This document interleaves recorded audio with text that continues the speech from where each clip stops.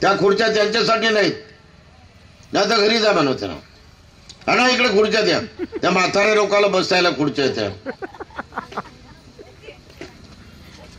म्हणून बाबासाहेब आंबेडकरांनी वयाच्या 16 वर्षामध्ये लोकांचे दुःख जाणले होते, लोकांचे दर्द जाणले होते. त्यांची प्रचंड महत्वाकांक्षा ही करुणेच्या गुणानं भरलेली होती ती. आणि करुणा हे तळमळ आहे की कोण दुःखी आहे, कोण पीडित आहे, कोण जर्जर होऊ लागला, कोण हालापेटा भोगू लागला, कोण रडत आहे, कोण दुःखी आहे, दुःखानं कोण तडफडत आहे, याकडे करुणा ही कान देऊन त्या दिशेनं जात असते.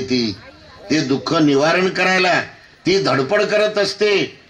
ते एक सारखी पूर्णपणे त्यांच्या मनामध्ये जिद्द असते की या दुःखाला मला दूर केलं पाहिजे. बाबासाहेब मॅट्रिक पास झाल्यानंतर त्यांना हा बोध झाला होता. कृष्णाजी केळुस्कर यांच्या भगवान बुद्धाचं चरित्र या पुस्तकातून बाबासाहेबांनी हा बुद्ध वचन अमृताचा रस चाखला होता. आणि तो एवढा त्यांनी चाखला होता तर त्यांच्या मनात अशी भावना आली होती की मी या बुद्धासारखाच बनतो, मला असाच बुद्ध बनायचा आहे, मला असाच बुद्ध व्हायचा आहे, अशी त्यांच्या मनामध्ये प्रचंड महत्वाकांक्षा जागली.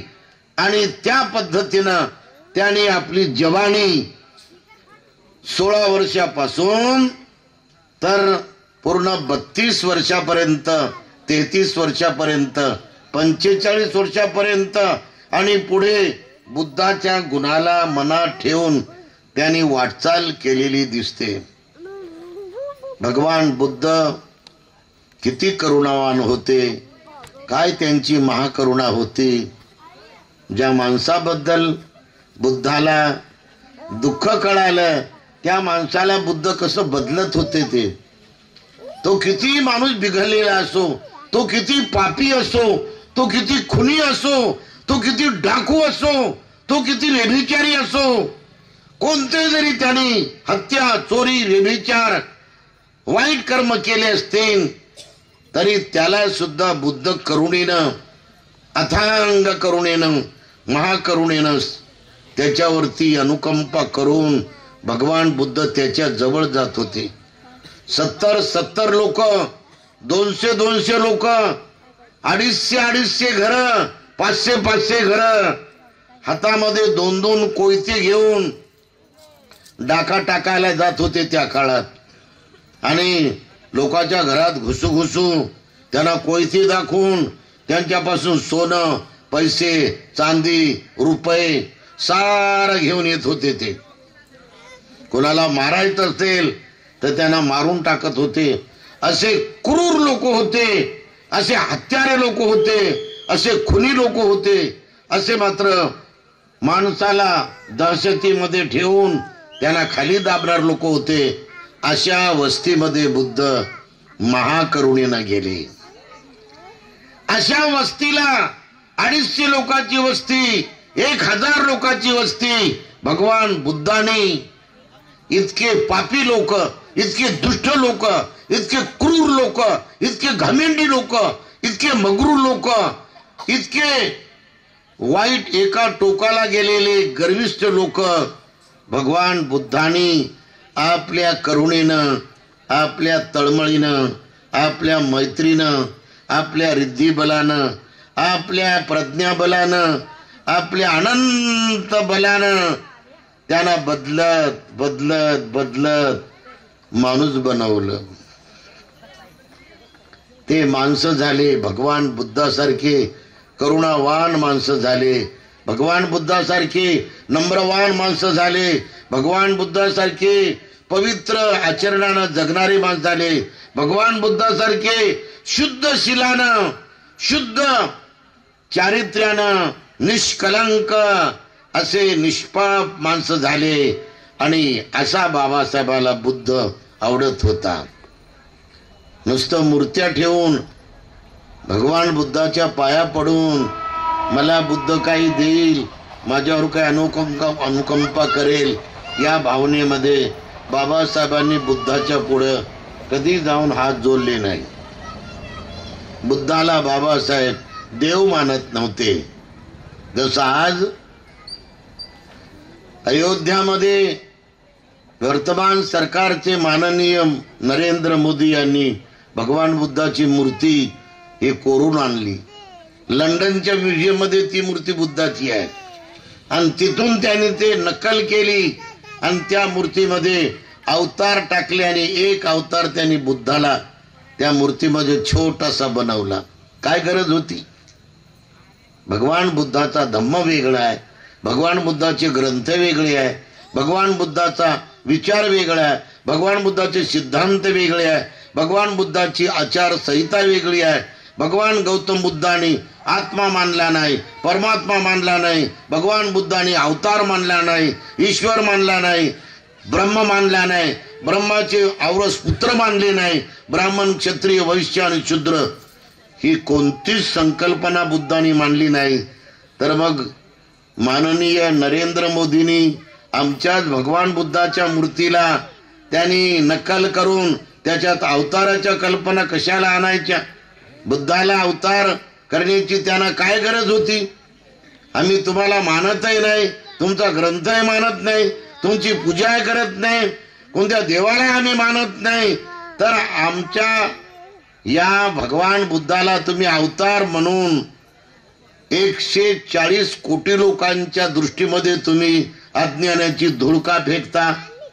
14 ऑक्टोबर 1956 बाबासाहेबांनी लाखो लोकांसमोर सांगितलं की बुद्ध हा विष्णूचा 9वा अवतार आहे, हा खोटा आणि खोडसा प्रचार आहे असे मी मानतो. मी 22 प्रतिज्ञेमध्ये बाबासाहेबांनी दिलेलं हे सर्वात उच्च दर्जाचा अमृत आहे. आपण सर्वजण वाचता का? कोण कोण वाचते? हातवर करा. 22 प्रतिज्ञा कोण कोण वाचते? 1 2 3 फक्त. बाकीचे काय नुसते भाकरी खातात का? वरण भात पोळी भाजी श्रीखंड आणि चिकन खाता का नुसतं तुम्ही? दररोज वाचायला पाहिजे बाबासाहेब आंबेडकरांचा हा 22 प्रतिज्ञा संदेश. आपण दररोज वाचून त्याप्रमाणे आपला परिवार चालला की नाही असं आपण आजमावलं पाहिजे, असं आपण ट्रेनिंग सुरू केलं पाहिजे, असं आपण गोड शब्दामध्ये आपल्या लेकराला, आपल्या मुलीला, आपल्या मुलाला, आपल्या सुनला, आपल्या ननदला, आपल्या घरातल्या सर्व बौद्ध म्हणणाऱ्या जयभीमवाल्यांना आपण चांगल्या पद्धतीने शिकवलं पाहिजे. वागायची पद्धत आपण शिकवली पाहिजे. जास्त किमतीचे कपडे घालून माणूस भारी होत नाही, जास्त किमतीचे घर बनवून माणूस भारी होत नाही. 2 मजली 3 मजली 4 मजली 50 कोटीचं आपण धनधान्य जमा करून किंवा संपूर्ण मालमत्ता जमा करून किंवा 1 कोटीचं घर बनवून आपण मोठे होत नाही. मोठी गाडी घेऊन आपण मोठे होत नाही. आपण मोठे कशानं होणार आहे? आपण सर्वश्रेष्ठ कशानं होणार आहे? उंच उंच इमारती आहेत. आम्ही तर आज 50व्या माळ्यावर राहतो. आमचा जो माळा आहे 50, आमची बिल्डिंगच 75 माळ्याची बिल्डिंग आहे. त्याच्यामध्ये मी 50व्या माळ्यावर राहतो. माझं जे बंगला आहे 50व्या माळ्यावर आहे. म्हणजे का आपण का उंच झालो का तेवढे? म्हणून उंच उंच इमारतीनं देश सुधारला असं म्हणता येत नाही. फार वेगानं रेल्वे पळाल्या, फार वेगानं मेट्रो पळाली म्हणजे देश सुधारला असं म्हणता येत नाही. नवे नवे संसद भवन बनवले म्हणजे देश सुधारला असं म्हणता येत नाही. खूप उंच उंच अगदी पहाड आहेत, उंच उंच डोंगर आहेत, प्रचंड मोठ्या नद्या आहेत. यांनी आपला देश फार पुढे गेला असं म्हणता येत नाही. खूप जंगल आहे, मोठे मोठे जंगल आहे, खूप हजारोनं हत्ती आहेत, लाखांना पूर्ण सिंह आहेत आणि सारे प्राणी आहेत.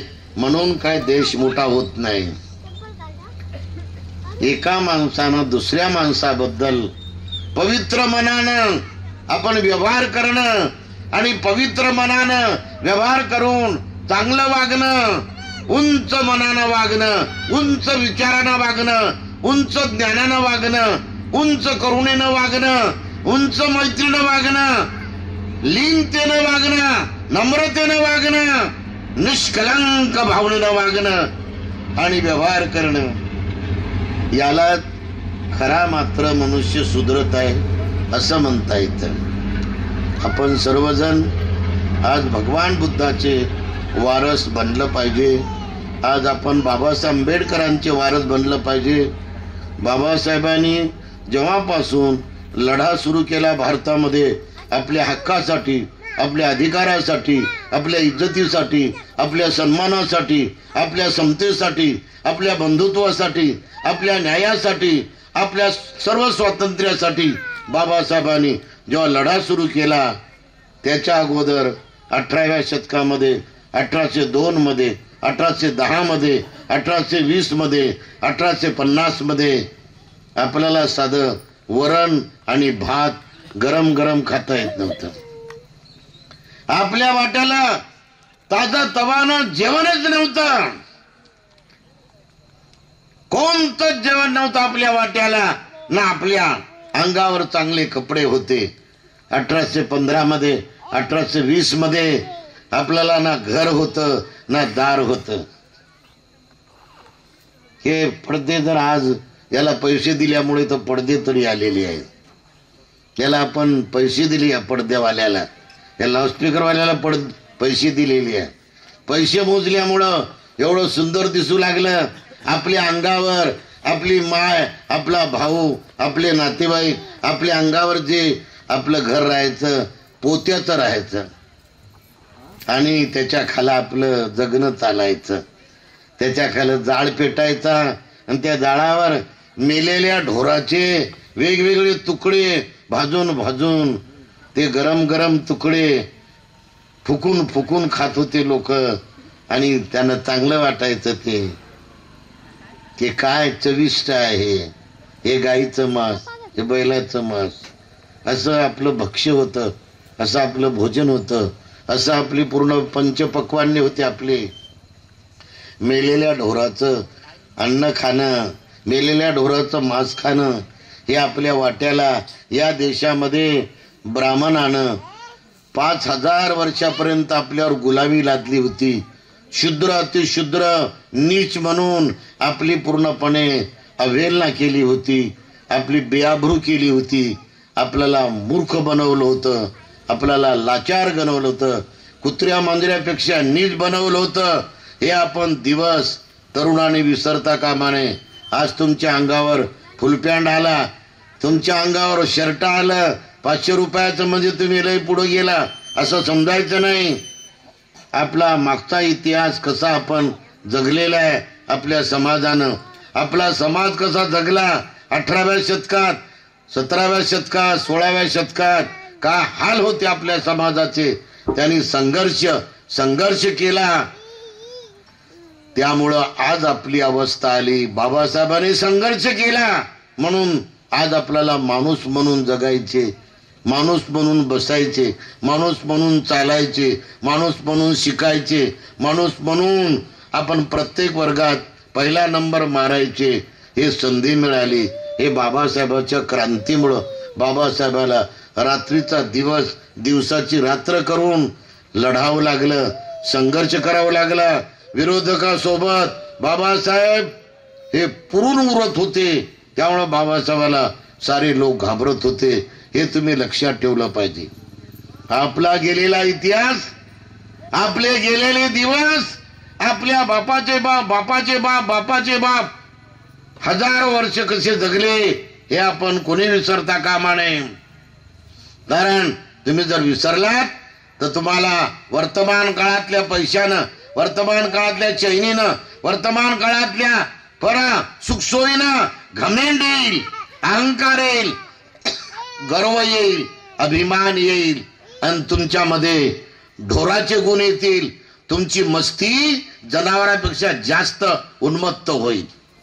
आता पाहिली ना, हे तरुण पोरं तिकडे जाऊन बसले, त्यांनी 6 खुर्च्या उचलल्या आणि पाठा इकडे केल्या आणि तोंड तिकडे केलं. सांगा ना, हे कोणती वागणूक आहे समाजाच्या समोर?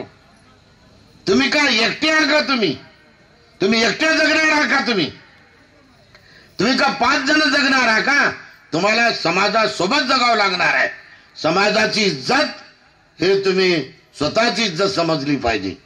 समाजाचं मोठंपण हे स्वतःचं मोठंपण समजलं पाहिजे. बाबासाहेब आंबेडकरांनी तुम्हाला इज्जतवान बनवलेलं आहे आणि इज्जत म्हणजे डिसिप्लिन आहे. शिस्तीनं बसणं, शिस्तीनं जेवणं, शिस्तीनं ऐकणं, शिस्तीनं चालणं, शिस्तीनं ऐकून घेणं आणि ऐकून घेऊन गुणवान बनणं, विद्वान बनणं, बुद्धिमान बनणं, हुशार बनणं आणि जगात नाव कमावणं. की हे तरुण पोरं सुधारले, ह्या तरुण पोरी सुधारल्या. आपल्याकडे असं कोणी बोर्ड दाखवायची कोणाची हिंमत होता का माने? असं आजच्या तरुणांनी, आजच्या तरुणींनी वागलं पाहिजे. आपल्याकडे असं कोणी बोर्ड दाखवत असेल तर आपण बाबासाहेब आंबेडकरांचं कोणतं चारित्र्य शिकलं नाही. डॉक्टर बाबासाहेब आंबेडकरांकडे अशी बोर्ड दाखवायची कोणाची हिंमत नव्हती. म्हणून आपण सर्वजण या बाबीला लक्षात ठेवलं पाहिजे की आजचा काळ कसा चालला. आज गरीबाचे मुलं मायबाप झटू लागले, झिजू लागले आणि ते MPSC मध्ये फर्स्ट क्लास होऊ लागले, ते SP होऊ लागले. आता नाश करून घेतो म्हणून मोबाईलच्या नादी लागू नका. याच्या शिकण्यासारखं खूप आहे, परंतु तेवढं मन आपलं तयार नाही झालं. आपलं मन शिकणारं तयार होण्यासाठी आपण मनाची निर्मळ एकाग्रता केली पाहिजे. निर्मळ मनाची एकाग्रता करण्यासाठी आपल्याला हे विपස්සना ट्रेनिंग सेंटर मध्ये 10 दिवसाचे 15-20 शिबिर केले पाहिजे. अभ्यासात मग्न राहिलं पाहिजे. बाबासाहेब रात दिवस अभ्यास करायचे. मॅट्रिकला होते तरी तासन तास बाबासाहेब अभ्यास करायचे. इंग्रजी शाळा शिकले तर फर्स्ट क्लास मध्ये पास झाले होते. तर समाजानं त्यांचा सत्कार करायचा ठेवलं. रामजी सुभेदाराला जाऊन हात जोडले त्यांनी की तुमच्या मुलाचा सत्कार करायचा. तुमचं पोरगं पहिल्या नंबरनं पास झालं 1, 2, 3, 4 या बिगरी इंग्रजी शाळेमध्ये. एवढी काय म्हणे कामगिरी केली म्हणे, 4थात चौरग आहे म्हणे ते. रामजी सुभेदारला हे मान्य नव्हतं. त्यांचं म्हणणं होतं की मुलगा आणखी हुशार झाला पाहिजे, आणखी पुढे गेला पाहिजे. एक दिवस जर त्यांनी कबीराचे दोहे म्हणले नाही साऱ्या भावानी तर बेताना मात्र ते सर्वांच्या पाठाने मांड्या सडकून काढायचे, वळीपर्यंत मारायचे.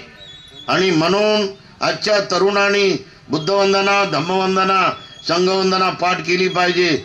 जय मंगलाष्टकाचा पाठ केली पाहिजे. मग आम्ही तिथून जय मंगलाष्टकाचा ऐकली बराबर म्हणता येत नाही लोकाला. लग्नामध्ये जय मंगलाष्टकाचा बराबर म्हणता येत नाही.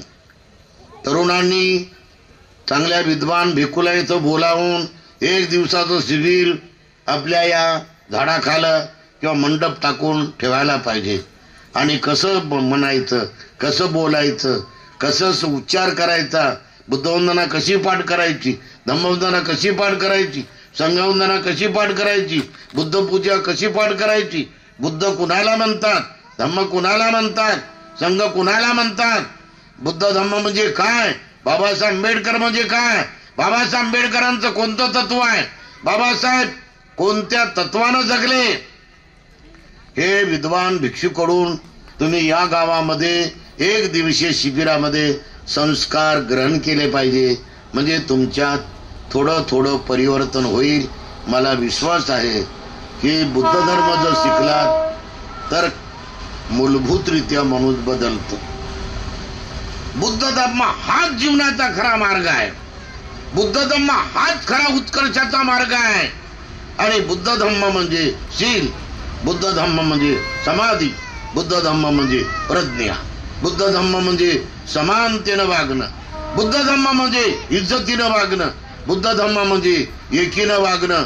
बुद्ध धम्म म्हणजे आपल्या मनातील सारे मळ साफ करत करत करत करत मन परिपूर्ण निष्पाप बनवणं, निष्कलंक बनवणं.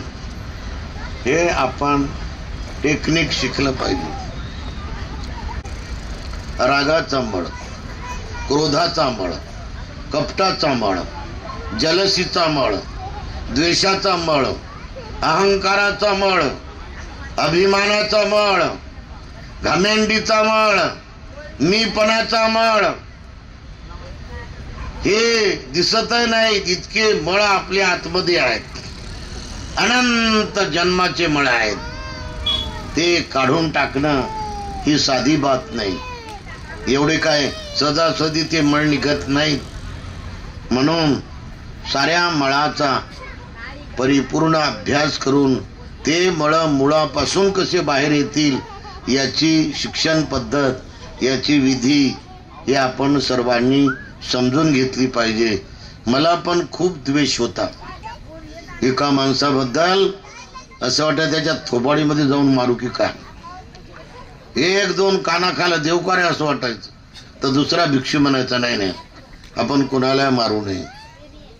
पण मग नंतर मी 10 दिवसाचे 35 शिबिर केले, 20 दिवसाचे 2 शिबिर केले, 30 दिवसाचे 2 शिबिर केले, 50 दिवसाचे 2 शिबिर केले, पुन्हा 20 दिवसाचं एक ध्यानाचं शिबिर केलं. तर 20 दिवसाच्या शिबिरात रात आणि दिवस श्वासावरच एकाग्र मन करावं लागतं. रात दिवस श्वासाला जाणावं लागतं. मन शांत होत, मन स्थिर होतं, मन समतोल होतं, मन प्रसन्न होतं, मन आनंदित होतं आणि मन जागरूक होतं. कमालीचा उत्साह वाढतो, कमालीची उद्योगशीलता वाढते, कमालीची मात्र पूर्णपणे अंतर्मनातील गुणवत्तेची भरभराट होते. एवढं मन जागरूक होते की मनात कोणाला घुसू देत नाही माणूस. राग, द्वेष, लोभ. राग म्हणजे हाव, द्वेष आणि लोभ हे 3 सर्वात बेकार आहेत. या लोभानं कुणाचं वाईट केलं असं म्हणताय ना, सर्वांचा लोभ वाईट करू लागलेला आहे. तथागत भगवान बुद्ध, बोधिसत्व भारतरत्न डॉक्टर बाबासाहेब आंबेडकर आजच्या या 20व्या बौद्ध धम्म परिषदेच्या निमित्ताने त्यांनी आत्ताच आपल्याला धम्मदेशना दिली. अशा आदरणीय पूज्य भदंत डॉक्टर खेम धम्मोजी महास्थवीर या धम्म परिषदेला उपस्थित आदरणीय भिक्खू विनय प्रिय बोधीजी महाथेरो, भिक्खू संघप्रिय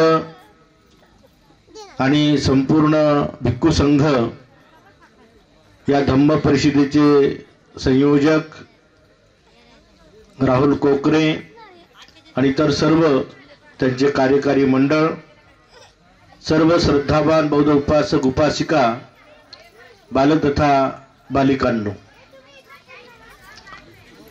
बौद्ध धम्मामध्ये श्रद्धेला आणि धम्म संस्काराला अतिशय महत्त्व स्थान आहे. आपण बुद्ध धम्म संघावरती श्रद्धा ठेवली पाहिजे आणि श्रद्धावरती आपल्या परिवारावरती चांगले धम्माचे संस्कार झाले पाहिजेत. कारण चांगला संस्कार हा माणसाला चांगलं बनवत असतो, वाईट संस्कार हे माणसाला वाईट बनवतात. आणि म्हणून धम्माचे संस्कार हे आपल्या बालकावरती, बालिकेवरती, परिवारावरती बिंबवणं अत्यंत गरजेचं आहे. आपण थोड्या मोठ्याचं जीवनचरित्र चाललं तर एक गोष्ट लक्षात येते की ज्या परिवारामध्ये धार्मिकता असते, शिस्त असते, त्या परिवारातले बालक बालिका चांगले झालेले असताना आपल्याला पाहायला मिळतात. नाहीतर अलीकडे ग्रामीण भागाकडे जर आपण दुर्लक्ष म्हणजे लक्ष केलं तर एक गोष्ट लक्षात येऊ लागली की ग्रामीण भागामध्ये शिक्षण न घेता, शिक्षणाचा अभाव असल्यामुळं आज तरुण वर्ग व्यसनाधीनतेकडे जास्त वळू लागलेले आहेत. आणि म्हणून व्यसनाधीनता ग्रामीण भागामध्ये वाढत असताना आपल्याला पाहायला मिळते. आणि म्हणून ही व्यसनाधीनता दूर होण्यासाठी बाबासाहेब आंबेडकर म्हणाले होते की किमान आम्ही आठवड्यातून एक दिवस बुद्धविहारामध्ये गेलं पाहिजे. म्हणून गावातल्या सर्व सुज्ञ लोकांचं, उपासकांचं, उपासिकेंचं परम कर्तव्य आहे की किमान आम्ही आपल्या गावामध्ये आठवड्यातून एक दिवस बुद्धविहारामध्ये गेलं पाहिजे, वंदना घेतली पाहिजेत, आपल्या मुलावरती मुलींवरती धार्मिकतेचे संस्कार टाकले पाहिजेत. आणि या चांगल्या संस्काराने माणसं चांगले होतात. अशा अनेक उदाहरणं आपल्याला बौद्ध धम्मामध्ये, बौद्ध साहित्यामध्ये आपल्याला पाहायला मिळतात. अनाथ पिंडकाने एक सुंदर असं जेतवन बुद्धविहार बांधलं होतं. त्याही बुद्धविहारामध्ये अनेक लोक जात होते, आपल्या स्वतःचं मन परिवर्तन करून घेत होते. परंतु त्याचा मुलगा, काल नावाचा मुलगा होता, तो बुद्धविहारामध्ये जात नव्हता. एक रात्र अनाथ पिंडकाने मुलाला जवळ बोलावण्यास सांगितले, बाळ एक रात्र भर विहारामध्ये झोपायला जा. बघा, विहारामध्ये झोपायला पाठवलं आणि रात्रभर विहारामध्ये मुलगा झोपला. घरी आल्याबरोबर वडिलांना पैसे मागितले, वडिलांनी तेवढ्याच आनंदाने पैसे दिले. दुसऱ्या दिवशी सांगितले की बाळ जेतवन बुद्धविहारामध्ये भगवान बुद्धाची धम्मदेशना आहे, ते तू प्रवचन ऐकायला जा, तुला मी याच्यापेक्षा अधिक दुप्पट पैसे देतो. असं म्हणून अनाथ पिंडकाने आपल्या बालकाला पैसे दिले आणि विहारामध्ये भगवान बुद्धाची धम्मदेशना ऐकायला पाठवलं. मुलाच्या चित्तामध्ये, मनामध्ये भावना जागल्या गेली की वडील आपल्याला विचारतील की भगवान बुद्धाची धम्मदेशना कोणत्या, म्हणजे कोणता उपदेश केला भगवान बुद्धांनी. आणि म्हणून मुलाने भगवान बुद्धाची धम्मदेशना चित्ताची, मनाची एकाग्रता करून ऐकली. आणि म्हणून आपणही जेव्हा जेव्हा भगवान भिक्खूंची धम्मदेशना असते तेव्हा तेव्हा आपण चित्ताची, मनाची एकाग्रता करून ऐकली पाहिजे. अनाथ पिंडकाचा छोटासा बालक होता, परंतु जेव्हा त्यांनी चित्ताची, मनाची एकाग्रता करून भगवान बुद्धाची धम्मदेशना ऐकली तर बसल्या बसल्या तो बालक श्रोतापन्न अवस्थेला गेला. म्हणजे त्याच्या मनामधला लोभ जो लोभ होता, पैशाची आसक्ती होती, लोभ होता, तो निघून गेला. तो बालक श्रद्धावान बनला. आणि म्हणून आपणही आपल्या जीवनामध्ये अशा पद्धतीनं धम्माचा उपदेश, मनाची, चित्ताची एकाग्रता करून आपण ऐकलं पाहिजे आणि त्याचं फलप्राप्ती आपणही आपल्या जीवनामध्ये करून घेतली पाहिजे. अनाथ पिंडकाचा मुलगा भगवान बुद्धाचा उपदेश ऐकल्यानंतर, तो ऐकल्यानंतर त्याच्या मनातला लोभ निघून गेला. सर्व उपासक उपासिका जेव्हा निघून जात होते तेव्हा अनाथ पिंडकाचा बालक भगवान बुद्धाजवळ आला आणि म्हणाला, भगवान मी अनाथ पिंडकाचा पुत्र आहे, आपण माझ्यासोबत घरी चलावं. भगवान बुद्धाला, भिक्खू संघाला घरी नेलं आणि यथोचित भगवान बुद्ध सन्मान सत्कार केला. जेव्हा अनाथ पिंडकाने आपल्या बालकाला पैसे देण्याचा प्रयत्न केला तेव्हा तो बालक म्हणाला, बाबा मला हे पैसे नको, मला या पैशाचा खरा अर्थ कळालेला आहे. असं म्हणून आपणही आपल्या बालकावरती, बालिकेवरती आपणही 4 आणे, 8 आणे, 1 रुपया, 2 रुपये दिले पाहिजेत आणि म्हटलं पाहिजे की बाळ जा विहारामध्ये जा, हे घे अगरबत्ती घे, मेणबत्ती घे, मी तुला 1 रुपया देतो, 2 रुपये देतो. असं म्हणून आपल्या बालकाला, बालिकेला विहारामध्ये पाठवलं पाहिजे आणि चांगला संस्कार दिला पाहिजे. हा जर धम्माचा संस्कार जर दिला तर हा बालक आपल्या जीवनामध्ये, आपण पाहतो श्रीलंकेमध्ये, थायलंडमध्ये दर संडेला आपले मुलं मुली विहारामध्ये पाठवतात. आणि एक वेळेला आपण धनसंपत्ती आपल्या मुलाला कमावून नाही दिली तरी चालते, परंतु धम्माचा जर संस्कार दिला, चारित्र्याचा संस्कार दिला, शिलाचा संस्कार जर दिला तर ते मुलं चांगली इमारत उभी करू शकतात. आणि जर आपण चांगला संस्कार जर दिला नाही तर आपले मुलं व्यसनाधीनतेमुळं आहे ती संपत्ती, आहे तो पैसा वेळ म्हणजे मातीमोल करून टाकतील. आणि म्हणून चांगला संस्कार देणं आज मला वाटतं काळाची गरज आहे. आणि अशा पद्धतीनं आपण आपल्या जीवनामध्ये बुद्ध विहारामध्ये आपल्या मुलावरती मुलींवरती चांगले संस्कार टाका आणि चांगल्या संस्कारातून मनुष्य चांगला बनतो. हीच मला वाटतं आजच्या या परिषदेच्या निमित्तानं आपल्या सर्व परिवारावरती विहार बाबासाहेब आंबेडकरांनी जो सारनाथला शेवटचा संदेश दिला, या 20व्या धम्म परिषदेच्या निमित्तानं तुम्ही सुद्धा संकल्प करा की किमान आम्ही आठवड्यातून एक दिवस बुद्ध विहारामध्ये जात राहू, वंदना घेत राहू, ध्यान करत राहू, भगवान बुद्धाने त्यांचा धम्म ग्रंथांचं वाचन करत राहू. जेव्हा जेव्हा आपल्या गावामध्ये बौद्ध भिक्षू येतील तेव्हा तेव्हा त्या बौद्ध भिक्षूंची व्यवस्था करत राहू, भोजनदान देत राहू. भोजनदानाने सुद्धा मनुष्य आजरामर होत असतो. आपण पाहतो की भगवान बुद्धाच्या काळामध्ये आम्रपाली गणिकेनं तथागतांना भगवंताला भिक्खू संघाला भोजनदान दिलं. ती आम्रपाली निघून गेली, भगवान बुद्धही निघून गेले, परंतु तिनं केलेलं सत्कर्म पुण्यकर्म आजही बौद्ध साहित्यामध्ये इतिहासामध्ये आजरामर आहे. सुजाता नावाच्या स्त्रीनं वाटीभर खीरदान दिली. सुजाताही निघून गेली, बुद्धही निघून गेले, परंतु वाटीभर खिरेच्या दानाच्या मुळे सुजाता आज बौद्ध धम्मामध्ये जिवंत आहे. विशाखा मिगार माता विशाखा होती, त्या विशाखा मिगार मातेने सुद्धा बौद्ध धम्मामध्ये दान दिलं. अनाथपिंडकाने दान दिलं, अशा धनंजनी नावाच्या ब्राह्मणीनं दान दिलं. अशा अनेक बौद्ध उपासक उपासिकांनी दान पुण्यकर्म करून बौद्ध धम्माच्या इतिहासामध्ये अजरामर झालात. आणि म्हणून आपणही आपल्या या गावामध्ये जेव्हा जेव्हा बौद्ध भिक्षू येतील तेव्हा तेव्हा बौद्ध भिक्षूंची भोजनाची व्यवस्था आणि भोजनदानाची व्यवस्था करून आपण आपल्या जीवनामध्ये महान असं पुण्य संपादन करत राहावं, अशी एक मंगल कामना सद्भावना मी या ठिकाणी व्यक्त करतो. आणि एवढे छोटेसे हे 2 शब्द बोलून या ठिकाणी माझी धम्मदेशना समाप्त करतो.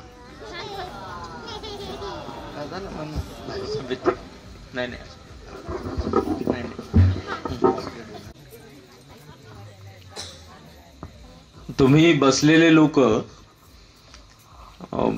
ऍक्च्युअली बोलण्याची परिस्थिती नाही, तुमची ऐकण्याची इच्छा नाही. आता गाणे ऐकायचे आलेत का गायक लोक? आलेत ना. तुम्ही धम्मदेशना कशी ऐकावी हेच मी तुम्हाला सांगतो. जाऊ द्या, धम्माचा उपदेश काय सांगावा. तर तुम्ही आता इथं असे बसलेत जणू काही एखाद्या म्हणजे ते कुठं बसतात, लग्नात बसले का काय, कुठं बसले. एवढा मोठा मंडप असून तुम्ही गर्दी करून बसलात. धम्मदेशना ऐकायची असेल तर सरळ रांगेत बसा तुम्ही. तर मी बोलतो थोडस 5-10 मिनिटं. इथून रांग सुरू करा. तर ते असंच नाहीये म्हणजे तुम्हाला हे सहज वाटत आहे. हे जे आपल्याला मिळतंय ना, हे एवढं सहज नाहीये.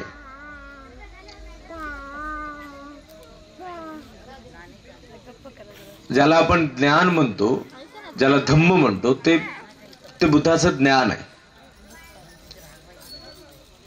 आणि ते ज्ञान प्राप्त करण्यासाठी बुद्धांनी सिद्धार्थांनी काय नाही केलं, ते काय केलं बघ.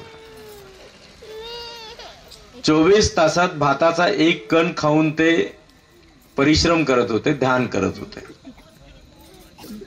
एखाद्या वेळेला चिंतन करू लागले आणि एका जागेवर उभे राहिले तर आठवडा 2-2 आठवडे ते उभेच राहत होते आणि चिंतन करत होते. एखाद्या वेळेला बसले तर आठवडा 2-2 आठवडे ते एकाच जागेवर बसत होते आणि चिंतन करत होते. एखाद्या वेळेला चालू लागले तर 2-2 आठवडे ते चालतच राहत होते आणि चिंतन करत होते. आणि मग त्या चिंतनातून त्यांना ते ज्ञान प्राप्त झालं. आपणाला ती मजाक वाटते. बुद्धं शरणं गच्छामि, धम्मं शरणं गच्छामि म्हणलं की आपलं काम संपते. हे एवढं सोपं नाहीये. त्यामुळे सभ्यता आणि शिस्त जर नसेल तर धम्माला आधार नाही मिळत. कोणी हिरो आलाय का तिकडून रे? काय बघायले तुम्ही तिकडं? काही घेऊन आले तुमच्यासाठी? तेच तर सांगत आहे की धम्मदेशना ऐकणं म्हणजे काय आणि तुम्ही तिकडं पाहतात.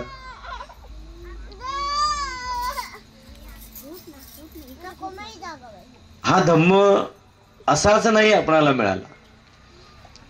आपणाला जे मिळतंय ना त्याची किंमत आपणाला नाहीये. जे आपल्या जवळ आहे, आपणाला जे मिळत आहे त्याची किंमत आपणाला नाहीये, कारण आपणाला सहज मिळालं ना, ते फुकट मिळालंय. हे मिळवून देत असताना बाबासाहेब आंबेडकरांना केवढा त्याग करावा लागला याची कधी कल्पना केली का? बाबासाहेब आंबेडकरांना आपणाला हे मिळवून देण्यासाठी केवढा मोठा त्याग करावा लागला. नाहीतर 70-80 वर्षाच्या आधी, एक 90 वर्षाच्या आधी आपण असं म्हणूया, आपण ज्या समाजात जन्माला आलो आहोत, आपल्या समाजाच्या स्त्रियांना फक्त छातीवर आणि कमरेवर छोटासा कपडा बांधण्याचा अधिकार होता, तोही काळा कपडा. पुरुषांना फक्त कमरेला काळा कपडा बांधण्याचा अधिकार होता. आता आपण एवढं सगळं आपणाला जे मिळालंय तर आपणाला ते सहज वाटतंय. 4 लेकरं मेले बाबासाहेबांचे, बाबासाहेब थांबले नाही. म्हणजे बाबासाहेबांना त्यांच्या स्वतःपेक्षा प्रिय असणारी त्यांची पत्नी रमाई मरण पावली, बाबासाहेब थांबले नाही, है ना. जर बाबासाहेब त्यावेळेला म्हणले असते की बा 4 लेकरं मेले माझे, आता जाऊ द्या, बंद करू आता हे सगळं, माझी प्रिय पत्नी मरण पावली, आता हे बंद करू सगळं, जाऊ द्या, जे व्हायचं ते होईल, कोणाचं काय व्हायचं ते, तर आपण इथे आता असे बसलो असतो का? बसलो असतो का? सांगा ना ते. बाबासाहेबांना अपेक्षित काय होतं, हे कोणासाठी केलं बाबासाहेबांनी? बुद्धांनी ज्ञान प्राप्त केलं आणि 45 वर्ष उपदेश केला. मध्यरात्रीला कोणी गेलं बुद्धाला काही विचारण्यासाठी तर बुद्ध उपदेश करायचे. अर्ध्या रात्री, रात्रभर भगवान बुद्ध उपदेश करायचे. मग आता आपण थोडासा विचार करू की बुद्धांनी हे कोणासाठी केलं? हे तुमच्यासाठी, माझ्यासाठी, आपल्या मरणानंतर अजून येणाऱ्या लोकांच्यासाठी. ही सृष्टी जोपर्यंत अस्तित्वात राहील तोपर्यंत या सृष्टीमध्ये जन्माला येणाऱ्या सर्व माणसांच्यासाठी बुद्धांनी एवढे परिश्रम केले. त्याची किंमत आपणाला कळली नाही.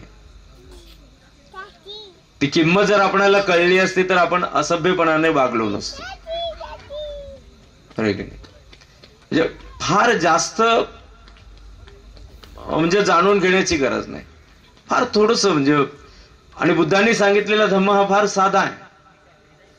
तो किचकट असलेला आहे, तो कदाचित आमच्यासारख्यांसाठी असेल, तुम्हालाही तो पुढे जमेल, पण सुरुवात अगदी साधी आहे, सरळ आहे. दुःखाच्या बाबतीत बुद्ध असं सांगतात की माणसाच्या शरीरामध्ये सर्वात महत्वाचं काय आहे तर माणसाचं मन आहे. म्हणजे भगवान बुद्ध त्याला असं म्हणतात की माणसाचं मन त्या माणसाच्या शरीराचा राजा आहे. मन पुढारी आहे, मनच प्रमुख आहे. आणि ते मन आपल्याला, आपण खेड्याच्या भाषेमध्ये त्याला मनचंद म्हणतो की नाही, हा मनचंद आहे, म्हणजे मनासारखा वागतो. मन हे मनोमय आहे. मग बुद्ध असं लक्षात आणून देतात की या पुढारी असलेल्या मनात, या प्रमुख असलेल्या, राजा असलेल्या मनात जर एखाद्या वेळेला दुष्ट विचार आला, वाईट विचार आला, विचार वाईट आला तर कर्म वाईट घडतात. विचार वाईट आला तर कर्मही वाईट घडतात. आणि मग अशा वेळेला दुःख त्या माणसाचा पाठलाग करत असते. कसा पाठलाग करत असते तर बुद्ध सांगतात, चालत्या बैलगाडीच्या पावलांचा पाठलाग बैलगाडीचे चाक जसे करत असतात. जोपर्यंत बैलगाडी चालत राहते आणि त्या बैलगाडीला झुंपलेले बैल जोपर्यंत चालत राहतात तोपर्यंत त्या बैलांच्या पावलांच्या मागे मागे चाक चालत जातात. जसे बैलाच्या पावलांच्या मागे मागे बैलगाडीचे चाक जातात, तसं वाईट मनात उत्पन्न झालेल्या वाईट विचारांच्या कृतीतून दुःख उत्पन्न होते आणि ते दुःख माणसाचा सतत पाठलाग करते. आता हे समजून घेणं काय अवघड आहे का? पण मग हे आम्हाला का समजलं नाही, आम्ही का समजून घेत नाही, तर समजून घेण्याची आमची इच्छा नाही. म्हणजे त्याचं मूल्य, त्याची किंमत कळली नाही, त्याची किंमत कळली नाही आणि म्हणून समजून घेण्याची मानसिकता नाही. काय अवघड आहे याच्यामध्ये समजून घेणं? मग तुम्हाला तर अजून थोडं लवकर कळेल कदाचित. बैलगाडी चालत असताना बैलगाडीचे बैल जर चाकोरीच्या बाहेर चालू लागले तर बैलाच्या मागच्या पावलांना बैलगाडीचे चाक घासतात आणि त्या बैलांच्या पावलांना जखमा होतात. हे आपल्याला सगळ्यांना माहिती आहे. म्हणजे बुद्धांनी 2500 वर्षाच्या आधी सांगितलेली गोष्ट आहे, जी आज आपण पाहतो. किती महान असतील बुद्ध, काही अंत आहे त्या गोष्टीचा? जे बुद्धाची महानता किती आहे बघा. 2500 वर्षापेक्षा जास्त काळ झालाय आणि बुद्ध ते सांगतात जे आज आपल्या सोबत घडते आहे. 2500 वर्षाच्या आधी बुद्ध सांगतात आणि ते आता आपल्या सोबत घडत आहे, माझ्यासोबत घडत आहे, तुमच्या सोबत घडत आहे, जगातल्या प्रत्येक माणसासोबत ते घडत आहे. एवढे महान बुद्ध बाबासाहेबांनी आपल्या पदरात टाकले, आपल्याला त्याची किंमत कळली नाही. घरात फोटो ठेवण्यापुरते आणि मूर्त्या वापरण्यापुरते बुद्ध आपण वापरले, कदाचित बुद्धं शरणं गच्छामी म्हणण्यापुरते, कदाचित लग्न लावण्यापुरते, पण बुद्ध आत्मसात केलेच नाही आपण. आणि अवघड काहीच नाही. दुसऱ्या बाजूनं बुद्ध असं म्हणाले की एखादा माणूस त्याच्या शरीरात त्याचं मन त्याचा राजा आहे, मनच पुढारी आहे, मनच प्रमुख आहे, ते मनोमय आहे, त्या मनाला वाटेल तसं ते वागते. अशा असलेल्या मनात जर असं असलेलं मन जर प्रसन्न असेल आणि त्या प्रसन्न अवस्थेत असलेल्या मनात विचार उत्पन्न होत असतील आणि मग त्या प्रसन्न मनात उत्पन्न झालेल्या विचारानुसार एखादा माणूस कृती करते, तर बुद्ध सांगतात सुख सावलीसारखं त्या माणसाच्या सोबत राहते. किती सोपं आहे समजून घ्यायला. काय म्हणाले बुद्ध की प्रसन्नतेनं राहणाऱ्या माणसाच्या मनात प्रसन्नदायी विचार येतात आणि मग त्या विचारानुसार जर कोणी कर्म करतात तर सावलीसारखं सुख त्या माणसाच्या सोबत राहते आणि सतत राहते. सावलीला कोणी मिटवू शकते का? किती सोपं आहे बरं समजून घ्यायला. मग आता करायचं काय? आपल्याला करायचं काय? बौद्ध धम्माचं अनुसरण करायचं आहे की नाही? तर बौद्ध धम्माचं अनुसरण करायचं म्हणजे नेमकं करायचं काय? बुद्ध सांगतात त्याप्रमाणे वागायचंय. मग बुद्ध सांगतात माणसांनो, मन तुमचं गढूळ होऊ देऊ नका, तुम्हाला दुःख भोगावे लागतील. आपल्याला मन गढूळ होऊ द्यायचं नाही. सोपं आहे. बुद्ध सांगतात माणसांनो, मन प्रसन्न ठेवा म्हणजे सुख सावलीसारखं तुमच्या सोबत राहील. आपल्याला मन प्रसन्न ठेवायचंय. काय अवघड आहे यामध्ये? अवघड आहे तरी काय? बुद्ध सांगतात माणसांनो, शरीराने वाईट कर्म करू नका, नाही करायचे वाईट कर्म.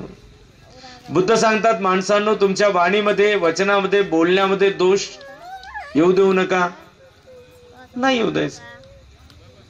तुमच्या मनातल्या विचारामध्ये वाईट विचार उत्पन्न होऊ देऊ नका, नाही होऊ द्यायचे. ते कोणाच्या हातात आहे? एखाद्या लेकराबद्दल त्याच्या आईच्या हातात आहे का? नाही. एखाद्या पतीबद्दल त्याच्या पत्नीच्या हातात आहे का? एखाद्या पत्नीबद्दल पतीच्या हातात आहे का?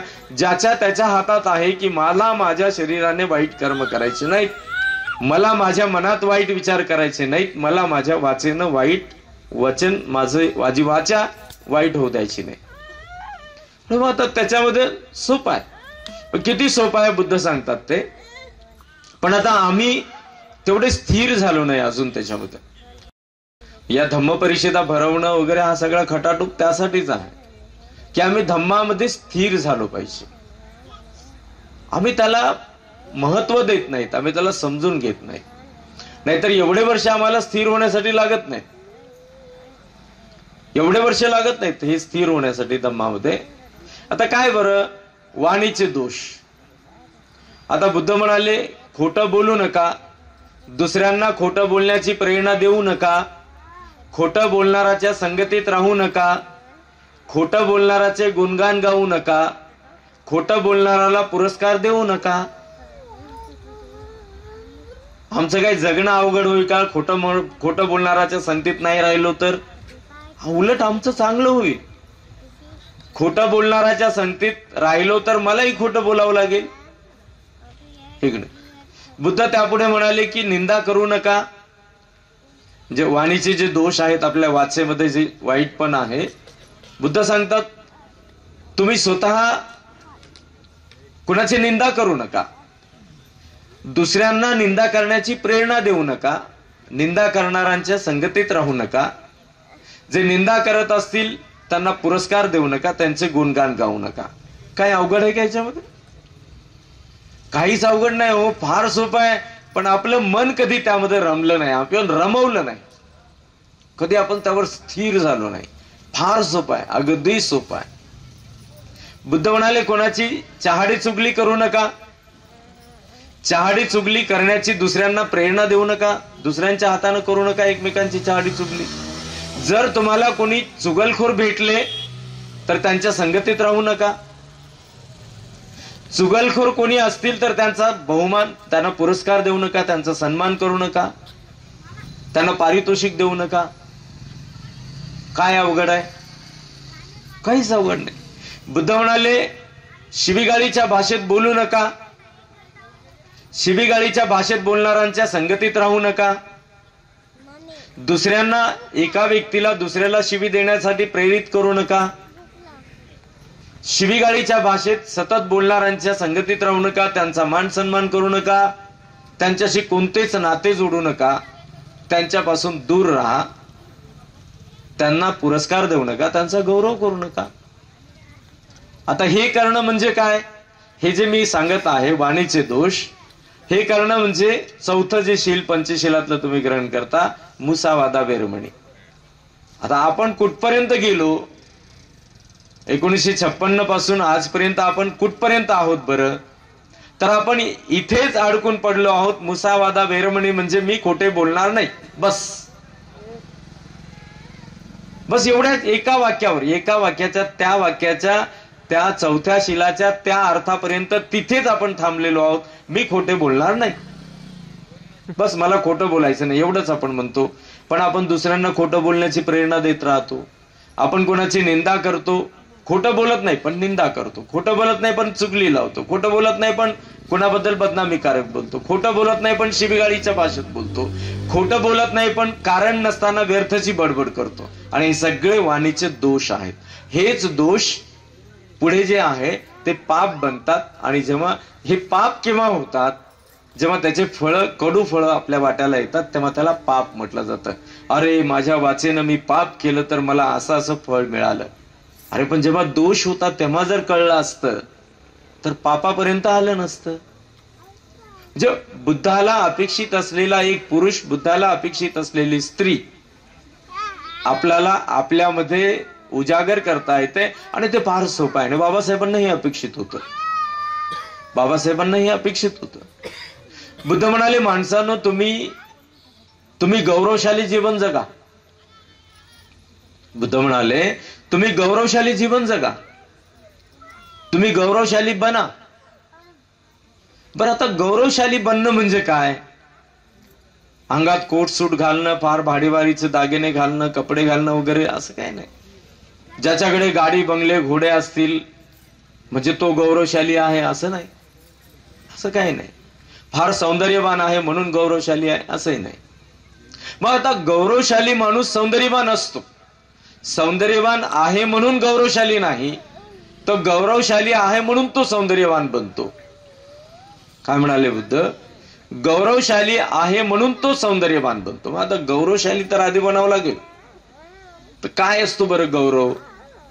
तर बुद्ध म्हणाले माणसांनो, तुम्ही प्रत्येकाने स्वतःच्या शारीरिक कर्माचं परीक्षण केलं पाहिजे. शारीरिक कर्माची तपासणी केली पाहिजे. मी जेव्हा माझ्या शारीरिक कर्माची तपासणी करू लागलो तेव्हा मला असं लक्षात आलं की माझे शारीरिक कर्म श्रेष्ठ आहेत, शुद्ध आहेत. तेव्हा मी माझ्या नजरेत गौरवास पात्र ठरेल. मी जेव्हा माझ्या वचनाची तपासणी करू लागलो आणि माझ्या जेव्हा लक्षात येईल की माझी वाचा श्रेष्ठ आहे, शुद्ध आहे, म्हणजे मी माझ्या नजरेत गौरवास पात्र ठरेल. मी माझ्या मनातील विचारांची तपासणी करू लागलो, परीक्षण करू लागलो, तर मला लक्षात येईल की माझे विचार श्रेष्ठ आहेत, शुद्ध आहेत, म्हणजे मी माझ्या नजरेत गौरवास पात्र ठरेल. तर तथागतांच्या म्हणण्यानुसार प्रत्येक माणसाला आधी स्वतःला स्वतःच्या नजरेत गौरवास पात्र ठरावं लागतं. आता मला माहित आहे माझे शारीरिक कर्म वाईट आहे आणि मग तुम्ही माझा सत्कार केला तर त्याला माझा गौरव म्हणता येईल का?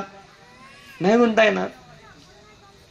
मला माहित आहे माझ्या मनातले विचार वाईट आहेत परंतु तुम्ही मात्र माझा सत्कार करत आहात म्हणजे मी गौरवशाली आहे का? मला माहिती आहे की माझी वाचा वाईट आहे आणि तुम्ही माझा गौरव करत आहात म्हणजे माझा तो खरा गौरव आहे का? नाही. मी जेव्हा माझ्या नजरेत गौरवास पात्र ठरेल तेव्हा माझे आचरण श्रेष्ठ असेल, तेव्हा माझे विचार श्रेष्ठ असतील, तेव्हा माझे व्यवहार श्रेष्ठ असतील आणि मग मी जेव्हा लोकांच्या मध्ये वावरेल तेव्हा माझ्या त्या श्रेष्ठ आचरणाला पाहून लोक माझा गौरव करतील, माझ्या श्रेष्ठ विचारांना पाहून लोक माझा गौरव करतील, माझ्या श्रेष्ठ व्यवहाराला पाहून लोक माझा गौरव करतील. तेव्हा भगवान बुद्ध म्हणाले की माणसात तू गौरवशाली बनला. बुद्ध म्हणाले माणसांनो तुम्ही गौरवशाली बना आणि असे गौरवशाली बना. काय अवघड आहे? बुद्धाला अपेक्षित असलेला माणूस बनणं काय अवघड आहे? काही अवघड नाही, पण आम्ही त्याच्यावर कधी स्थिर झालो नाही. आम्ही कधी एकाग्रतेनं विचार केला नाही की बुद्धाला काय सांगायचं आहे आणि बुद्धांनी कोणासाठी सांगितलंय. आपणाला प्रत्येकाला अशी भावना आपल्या मनात धारण केली पाहिजे की बुद्धांनी माझ्यासाठी केलंय. ते बुद्धांनी जे कष्ट केले, बुद्धांनी जे कष्ट केले ते जनावरांसाठी नाही, माझ्यासाठी केले. जनावराला ते माझ्या करुणेतून प्राप्त झाले, पण बुद्धांनी जो त्रास सहन केला तो माझ्यासाठी. बुद्धांनी भाताचा एक कण खाऊन ज्ञानप्राप्तीसाठी परिश्रम केले, तर मी एकांतात जेव्हा चिंतन करतो तेव्हा मला असं लक्षात येतं की अरे मी बुद्धाला पाहिलं नाही, बुद्धांनी मला पाहिलं नाही, पण बुद्धांनी हे सगळं केलं कोणासाठी? बुद्धांनी हे माझ्यासाठी केलं. बाबासाहेब आंबेडकरांच्या बाबतीमध्ये आपण विचार केला तर मी बाबासाहेबांना पाहिलं नाही, बाबासाहेबांनी मला पाहिलं नाही, पण जेव्हा मी एकाग्रतेनं बाबासाहेबांच्या बद्दल चिंतन करतो तेव्हा मला असं वाटतं की माझे पंजोबा हे कसे राहत होते आणि मी असा राहत आहे, मग मला हे मिळालं कसं? तर हे बाबासाहेबांनी मला मिळून दिलं. म्हणजे बाबासाहेबांनी जीव धोक्यात घातला स्वतःचा. अनेकदा बाबासाहेब आंबेडकरांना धमक्याचे पत्र येत होते, जेवे मारण्याच्या धमक्या येत होत्या. बाबासाहेब आंबेडकर त्या धमक्यांना घाबरले नाही. बाबासाहेब आंबेडकरांना अनेकदा बदनाम करण्याचा प्रयत्न केला, बाबासाहेब आंबेडकर त्याला घाबरले नाही. बाबासाहेब आंबेडकर उपाशी राहिले. आणि मग मला असं लक्षात येतं की माझ्या पंजोबाचा जो काळ होता, 80, 90, 100 वर्षापूर्वीचा माझ्या पंजोबाचा जो काळ होता तो काळ किती अवघड होता. त्यांच्या घराला भिंती नव्हत्या, त्यांच्या अंगावर अंगभर वस्त्र नव्हते, त्यांना खायला ताटवाट्या नव्हत्या, आणि ते कसे जगले असतील? माझं जगणं किती सोपं आहे, मग माझं जगणं त्यांच्या तुलनेत एवढं सोपं कसं झालं? तर माझ्यासाठी बाबासाहेब आंबेडकर झिजले आणि म्हणून हे झालं. मी तर असं गृहीत धरतो की बाबासाहेब माझ्या एवढे तत्वज्ञान, जेवढं काही बाबासाहेबांनी कार्य केलं त्या प्रत्येक गोष्टीला आधार बुद्धाच्या धम्माचा आहे. जे बुद्धाच्या धम्माचा आधार असल्याशिवाय बाबासाहेबांची चळवळच नाही. बाबासाहेबांनी जे काही कार्य केलं, बुद्धालाच बाबासाहेब आंबेडकरांना पुन्हा उजागर करायचं होतं. या भारतभूमीमध्ये बुद्ध लुप्त झाले होते जवळजवळ, आणि बाबासाहेब आंबेडकरांना प्रत्येक गोष्टीमध्ये भगवान बुद्धाला इथे उजागर करायचं होतं. बाबासाहेबांनी ते केलं आणि मग ते उजागर झालेले बुद्ध या देशातल्या माणसामध्ये जर रूच उत्पन्न म्हणजे निर्माण होईल अशी एक अपेक्षा, अशी एक आशा बाबासाहेब आंबेडकरांना होती. आणि म्हणून बाबासाहेबांनी एवढी धडपड केली. बाबासाहेब आंबेडकरांनी बुद्ध धम्माचा अभ्यास फार आधीपासून केलेला होता. आणि बाबासाहेब आंबेडकरांना स्वतःला पण बाबासाहेब आंबेडकर बोधिसत्व होते. बोधी म्हणजे ज्ञान आणि सत्व म्हणजे जीव. ज्ञानाने युक्त असलेला सत्व हा करुणावान असतो. आणि बाबासाहेब आंबेडकरांच्या हृदयामध्ये या देशातल्या पीडित पददलित लोकांच्या प्रती आणि पूर्ण देशवासियांच्या प्रती करुणा होती. बाबासाहेब आंबेडकरांच्या हृदयात जी करुणा उत्पन्न झाली, जी करुणा बाबासाहेबांनी स्वीकारली, ती बुद्धाची करुणा होती. बाबासाहेब आंबेडकरांना अपेक्षित होतो की तथागतांना अपेक्षित असलेला माणूस या देशामध्ये निर्माण झाला पाहिजे. केवळ शासकीय गोष्टीमध्येच नाही तर माणसाच्या माणूसपणामध्ये. कारण बाबासाहेबांनी हे ओळखलं होतं, भगवान बुद्धांनी जो उपदेश केला त्या उपदेश देण्याचा आधार म्हणजे उद्देश. कोणी एखादं काम करतात तेव्हा त्या काम करण्याला उद्दिष्ट असतं. उद्देश असल्याशिवाय कोणीच काही काम करत नाही. मग अशी मी राहुलला विचारत होतो. राहुल म्हणाला की पंतजी 20 वर्षापासून ही जागा आम्ही टिकवून ठेवली आणि त्याच उद्देशाने धम्मपरिषद भरवली. म्हणजे उद्देश आहे की नाही? उद्देश असल्याशिवाय कोणीच व्यक्ती कोणतंच काम करत नाही. आणि मग भगवान बुद्धांनी उपदेश केला 45 वर्ष, त्याला उद्देश आहे, त्याला हेतू आहे, त्याला कारण आहे, त्याला उद्दिष्ट आहे. उगीच भगवान बुद्धांनी उपदेश केला नाही. मी फार बुद्धिवान आहे हे भगवान बुद्धाला कोणाला दाखवायचं नव्हतं. मी ज्ञान प्राप्त केलं हे लोकांना भगवान बुद्धाला दाखवून द्यायचं नव्हतं. तर भगवान बुद्धाला उपदेश करायचा होता आणि उपदेश करण्याचा उद्देश होता, त्याचं उद्दिष्ट होतं. आणि ते उद्दिष्ट असं होतं की या जगात जन्माला आलेला प्रत्येक माणूस हा माणूस बनला पाहिजे. बघा, हे म्हणून मला लक्षात घ्यायचंय की बुद्धांनी माझ्यासाठी उपदेश केला, कारण मी माणूस म्हणून जन्माला आलो. आणि बुद्धांनी मात्र उपदेश केला तो माणसाला माणूस बनण्यासाठी.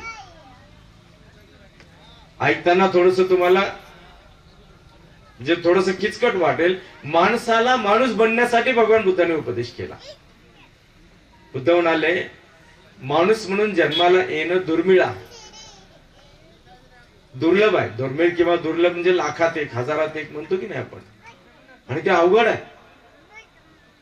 माणूस म्हणून जन्माला येणं आणि माणूसपणाचं जीवन जगणं हे अवघड आहे.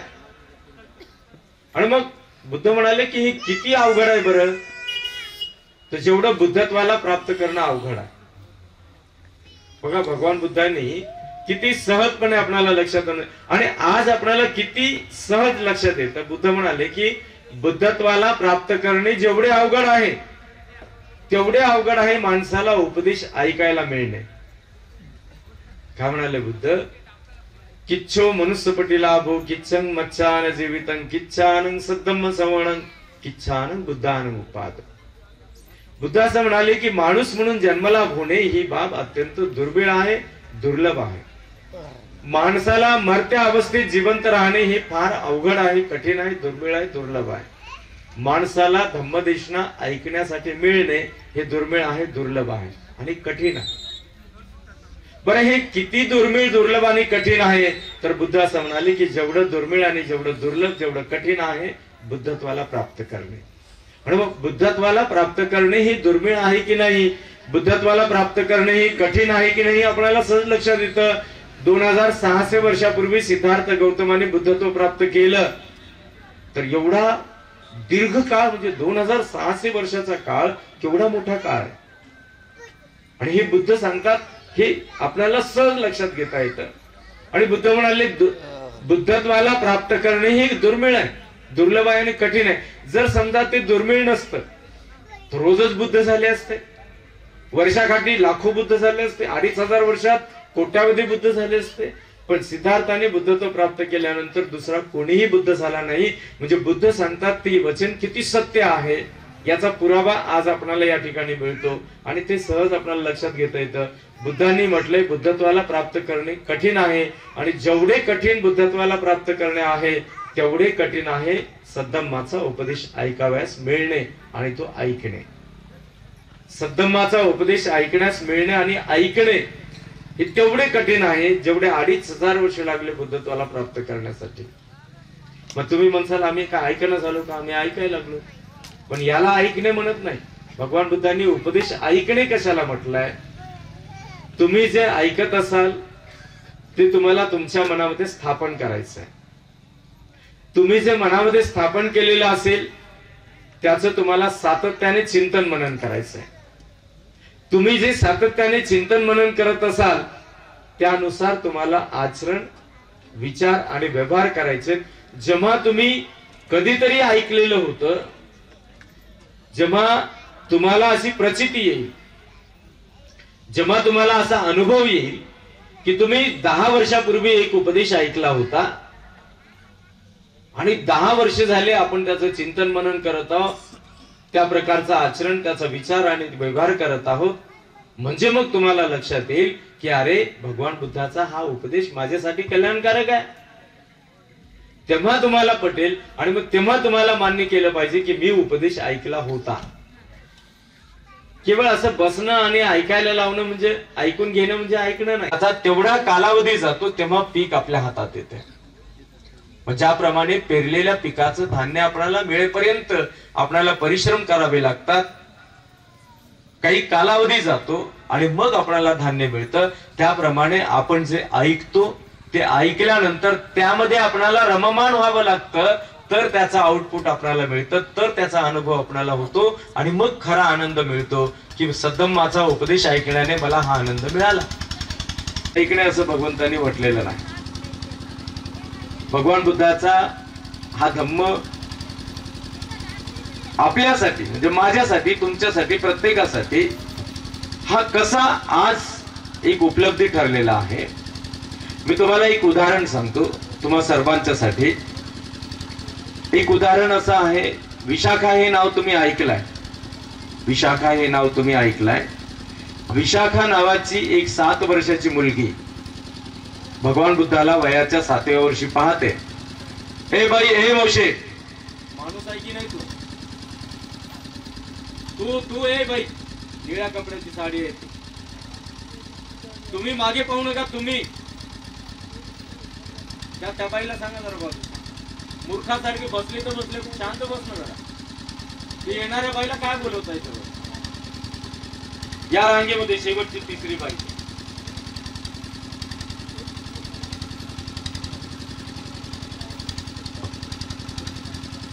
म्हणून म्हणलं, बुद्ध म्हणाले माणूस बनणं फार अवघड आहे. माणूस बनणं खूप अवघड आहे. तुम्हाला रांगेत का बसवलं मी? आणि मी पाहिलं की 2 बंदेशी बोलत असताना तुम्ही आपापसात बोलत होते. आता सगळ्यांचे तोंड इकडे आहेत तेव्हा तुम्हाला बोलण्याची संधीच नाही. तरी जनावरासारखे इकडे पाहताय आणि तिकडे बोलत आहे म्हणजे काय? कशाला येत आहे तुम्ही इथे? तेच मी तुम्हाला लक्षात आणून देत आहे. सिद्धांत तर तुमच्या डोक्यात बसणार नाही, तर ते सिद्धांत तुमच्यासाठी नाही येत असं गृहीत ठरतं. पण तुम्हाला सांगत आहे की बुद्धाला काय अपेक्षित होतं, बाबासाहेबांना काय अपेक्षित होतं, बुद्धांनी काय केलं, बाबासाहेबांनी काय केलं, आपणाला काय केलं पाहिजे, हे की नाही. बुद्ध म्हणाले माणूस म्हणून जन्माला येणं दुर्मिळ आहे, माणूसपणाचं जीवन जगणं त्यापेक्षा दुर्मिळ आहे. आवश्यक आहे माणसाला जिवंत राहण्यासाठी. अन्न पाणी खाऊन माणूस जिवंत राहतो, म्हणजे अन्न पाणी आवश्यक आहे, है ना. मग जसं माणसाला जिवंत राहण्यासाठी अन्न पाणी आवश्यक आहे, तसं पशु पक्षी प्राणी जीव जंतू किडे सरपटणारे, पाण्यावर तरंगणारे, झाडावर राहणारे, आकाशात राहणारे, मातीत राहणारे, अशा सगळ्या जीवजंतूसाठी 2 पायाचे 4 पायाचे बिना पायाचे बहुपायाचे सगळ्या जीवजंतूसाठी सुद्धा आहार लागतो. प्रकृतीने नियमित केलेला ठरवून दिलेला आहार लागतो, तर ते जिवंत राहतात, तरच तो जिवंत राहतात. 5 मिनिटं. जसं माणसाला अन्न पाणी आवश्यक आहे तसं प्रत्येक जीवजंतूला त्याचा चारा पाणी आवश्यक आहे. आता ही एक समानता आहे असं बुद्ध सांगतात. एक समानता आहे माणसामध्ये, पशुपक्ष्यामध्ये, जीवजंतूमध्ये. पण मग एक फरक आहे, एक फरक आहे माणसामध्ये आणि पशुपक्ष्यांच्या मध्ये. तो फरक असा आहे की माणसाला अन्न पाण्याची आवश्यकता जरी असेल तरी माणसाला संस्काराची अनिवार्यता आहे. जरा लक्षात घ्या एकाग्रतेनं की अन्न पाण्याची आवश्यकता जरी असेल तरी संस्काराची अनिवार्यता आहे. आवश्यक असलेली गोष्ट एखाद्या वेळेला नाही मिळाली तरी चालून जातं, पण जे अनिवार्य आहे ते जर मिळालं नाही तर मग मात्र चालत नाही. जसं माणसाला जगण्यासाठी अन्न पाणी आवश्यक आहे, एखाद्या वेळेला 4 दिवस 8 दिवस महिना अन्न पाणी नाही मिळालं तरी चालून जातं. पण माणसाच्या अंगावर वापरण्याचे वस्त्र अनिवार्य आहे. म्हणजे अनिवार्य असलेली गोष्ट नसेल तर त्याला जगता येतं का? एखादा माणूस विवस्त्र चालेल तर त्याला चालता येतं का? त्याला माणूस म्हणून कोणी पाहणारच नाही. म्हणजे मग भगवान बुद्धांनी हे लक्षात आणून दिलंय की माणसांनो, हा धम्म मनुष्यासाठी आहे. मनुष्यासाठी कसा आहे तर मनुष्याला त्याच्यामध्ये असलेल्या मनुष्यत्वाचा विकास करायचा आहे. मनुष्याला त्या मनुष्यामध्ये असलेल्या मनुष्यत्वाचं श्रेष्ठत्व जाणून घ्यायचं आहे. तुमच्या प्रत्येक माणसामध्ये श्रेष्ठत्व आहे, प्रत्येक जण इथे श्रेष्ठ आहे. पण ते श्रेष्ठत्व जर ओळखलं नाही तर ते श्रेष्ठ नाही. बुद्ध म्हणाले की प्रत्येक मनुष्य श्रेष्ठ आहे, प्रत्येक स्त्री श्रेष्ठ आहे, प्रत्येक पुरुष श्रेष्ठ आहे, पण त्याने ते श्रेष्ठत्व जाणलं पाहिजे ना. आणि जर त्याने ते जाणलं नाही तर मग त्या श्रेष्ठत्वाचा अर्थ काय? आणि मग या जगातल्या प्रत्येक माणसाला त्याच्या माणूसपणाचं श्रेष्ठत्व कसं जाणता येईल, त्याला ते जाणता यावं यासाठी भगवान बुद्धांनी 45 वर्ष उपदेश केला. जन्माला आलेला प्रत्येक माणूस हा माणूस बनत नाही. जसं आता 4 चौघामध्ये कोणी बसला आणि पचकन थुकला तर त्या थुकणाऱ्याकडे पाहणारे लोक म्हणतात, बघा माणसासारखा माणूस असून जनावरासारखा वागतो, कुठेही थुकतो. आहे आकाराने माणूस, पण तो माणूस आहे का? जनावर झाला तो. खाता पिताना जर कोणाचं तोंड मचमच वाजतं, खाताना तोंडातून घास खाली पडतो, पाणी पिताना तोंडातून पाणी खाली पडतं, त्याला पाहणारे लोक म्हणतात, बघा माणसासारखा माणूस आहे, जनावरासारखा खातो, म्हणतात की नाही? म्हणजे आकारानं माणूस आहे म्हणजे तो माणूस आहे का? त्याच्यामध्ये माणूसपणाचं श्रेष्ठत्व त्याने पाहिलंच नाही. माणूसपणाचा संस्कार त्याच्यामध्ये नाहीये आणि म्हणून तो आकाराने माणूस आहे म्हणून माणूस नाही. मग त्याचा जन्म हा व्यर्थ आहे. जन्माला आला माणूस म्हणून, परंतु व्यर्थ आहे त्याचा माणूस जन्म त्याचा व्यर्थ गेला. इकडे झोपताना कोणी कसाही झोपतो, हात एकीकडे, पाय दुसरीकडे, डोकं तिसरीकडे, त्याच्या डोळ्याला घुम आला, दाताला म्हणजे दात वाजवत आहे, घरघर घोरत आहे, तोंडातून लाळ येत आहे. पाहताना कसं वाटतं ते? ऐकताना कोणाच्या तोंडातून लाळ आली, एक हात इकडे पडला, दुसरा हात तिकडे, पाय तिकडे, अंगावरचे कपडे अस्ताव्यस्त. एखादा राक्षस आहे की काय असं वाटू लागतं. आहे तर जन्माला आला माणूस म्हणून. त्याला त्या अवस्थेमध्ये जर एखाद्या पुरुषाला, स्त्रीला, मुलाला, मुलीला जर त्या अवस्थेत कोणी पाहिलं तर बोलणारे बोलतात. कित्येक माया आपल्या लेकरांना म्हणतात, अरे जनावरासारखं झोपलास का, माणसासारखा झोपना. जन्म तर तिनेच घातला, माणूस म्हणून जन्म घातला, पण तीच माय जी माणूस म्हणून जन्माला घालते तीच माय म्हणते जनावरासारखा वागत आहे. बरोबर की? म्हणजे भगवान बुद्धाला अपेक्षित काय होतं, आणि ते फार सोपं आहे. ते फार सोपं आहे. भगवान बुद्धाला अपेक्षित होतं की या सृष्टीमध्ये माणूस म्हणून जन्माला आलेला प्रत्येक माणूस हा माणूस बनला पाहिजे. जे माणूसपणाचं श्रेष्ठत्व प्रत्येक माणसाने जाणलं पाहिजे. तर इथे जन्माला आलेला माणूस हा, त्याचा जो माणूस जन्म आहे तो किमती ठरेल, तो मूल्यवान ठरेल. आणि 45 वर्षे त्यांनी परिश्रम केले. एकेकाळचा एक राजपुत्र, वर्षाच्या 3 ऋतूमध्ये राहण्याचे 3 वेगवेगळे महाल, 24 तास सुंदर सुंदर कुमारिका, अर्धनग्न असलेल्या स्त्रिया नर्तकी बनून श्रृंगार करून त्यांच्या अवतीभोवती, 24 तास त्यांना खाण्यापिण्याचे वेगवेगळे पदार्थ, राहण्यासाठी भौतिक सुख सुविधा. एक क्षण सुद्धा सिद्धार्थ त्यामध्ये रमले नाही. राजपुत्र होते, सिद्धार्थ त्या स्त्रियांच्या मध्ये रमले नाही, त्या खाण्यापिण्यात रमले नाही, त्या भौतिक सुखात रमले नाही, त्या महालात रमले नाही. आणि मग सिद्धार्थांनी जेव्हा महाविनिष्क्रमण केलं त्यावेळेला घरदार सोडल्यानंतर त्याने हातात पात्र घेतलं आणि लोकांच्या अन्नावर त्यांनी आपलं जीवन जगवलं. त्याची कृतज्ञता त्यांच्यामध्ये होती. श्रमणांचा एक धर्म आहे, आमचा प्रवजितांचा श्रमणांचा एक धर्म आहे, तो असा की आम्हाला जर काही मिळतं तर आम्ही त्याची परतफेड करू शकत नाही, परंतु त्याच्या प्रती आपली कृतज्ञता व्यक्त करतो, त्याचे अनुमोदन करतो. आम्हाला काही मिळालं जरी नाही तरी मात्र एक माणूस म्हणून आपण त्याप्रती कृतज्ञ राहतो, त्याचं अनुमोदन करत असतो. हा बुद्धांनी सांगितलेला श्रमण धर्म आहे. मग सिद्धार्थ राजपुत्र होते आणि एवढा सगळा म्हणजे भविष्यात त्यांचा राज्याभिषेक होणार होता, ते आता राजा बनणार होते. एवढ्या प्रचंड भौतिक सुख सुविधामधून ते बाहेर पडले. कुणासाठी?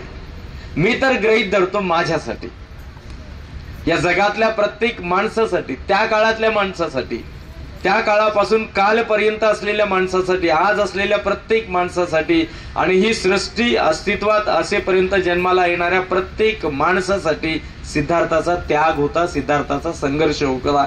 त्यातला मी एक आहे वर्तमानातला.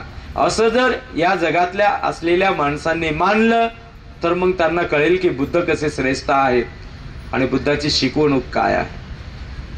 बुद्ध श्रेष्ठ कसे आहेत आणि बुद्धाची शिकवणूक काय आहे. मजा काय, एका राजकुमारानं, राजपुत्र असणाऱ्यानं सगळं सोडून हातामध्ये पात्र घेऊन जायचं. 45 वर्ष त्या काळामध्ये ते तरुण होते. तरुण असताना लोक त्यांच्याकडे पाहायचे आणि काहीतरी अर्वाच्य बोलायचे.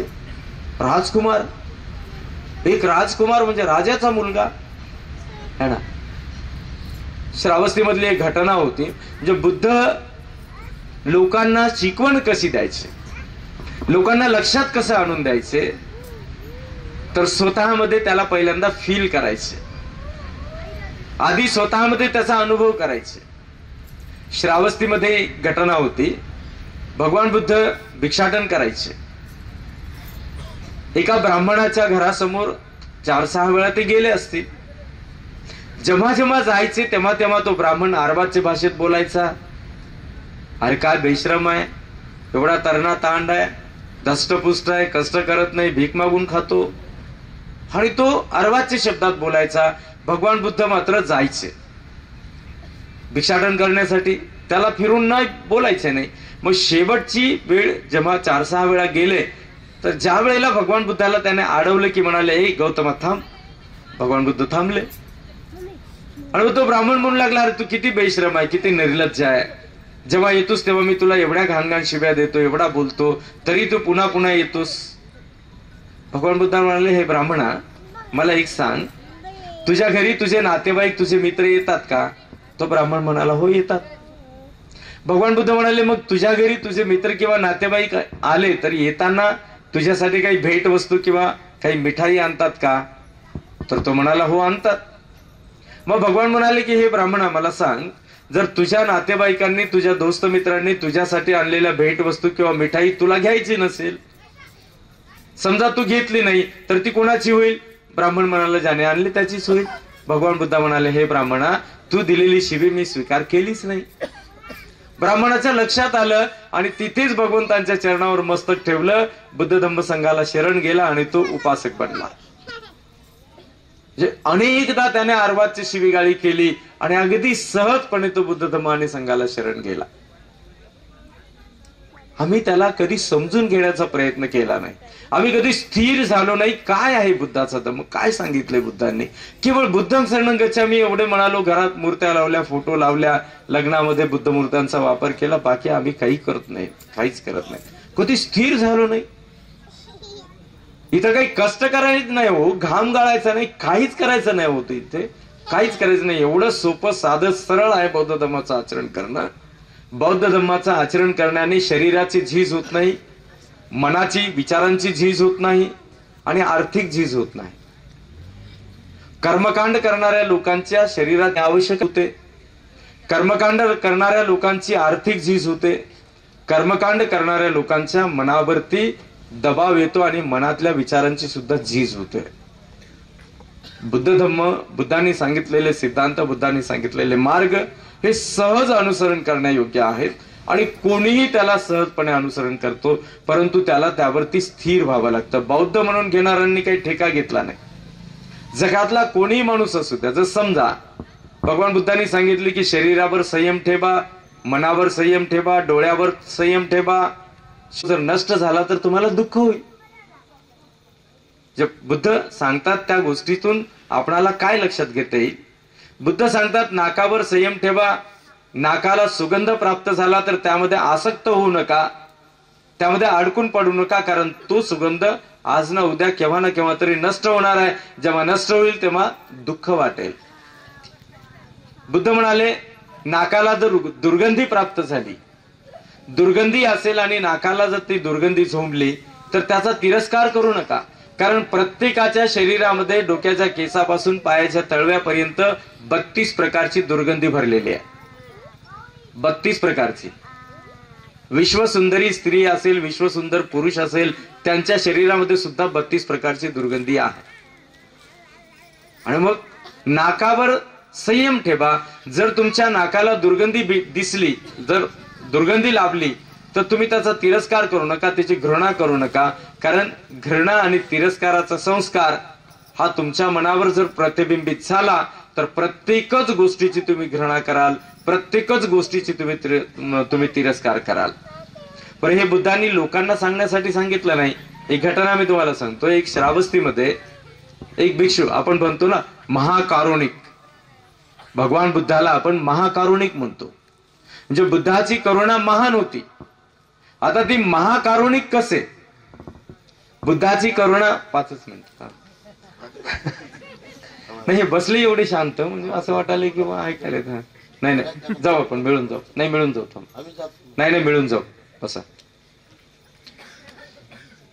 बुद्धाला महाकारुणिक म्हणतो आपण, म्हणजे बुद्धाची करुणा ही महाकरुणा आहे.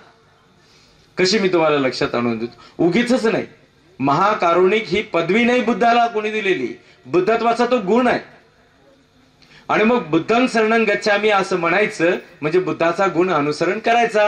म्हणजे जे बुद्धं शरणं गच्छामी म्हणतात त्यांना करुणा अवतरली, त्यांच्यामध्ये करुणा असली पाहिजे. आणि करुणावान माणूस कशाचा तिरस्कार करत नाही. समजलं का? त्याची घटना अशी आहे की एकदा श्रावस्तीमध्ये एक भिक्षू, त्या भिक्षूंना कुष्ठरोग झालेला होता.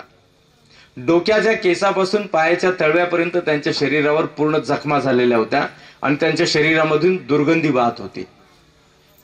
त्या भिक्षूच्या जवळ कोणी जात नव्हते दुसरे भिक्षू, आणि ते भिक्षू कुटीच्या बाहेर निघत नव्हते.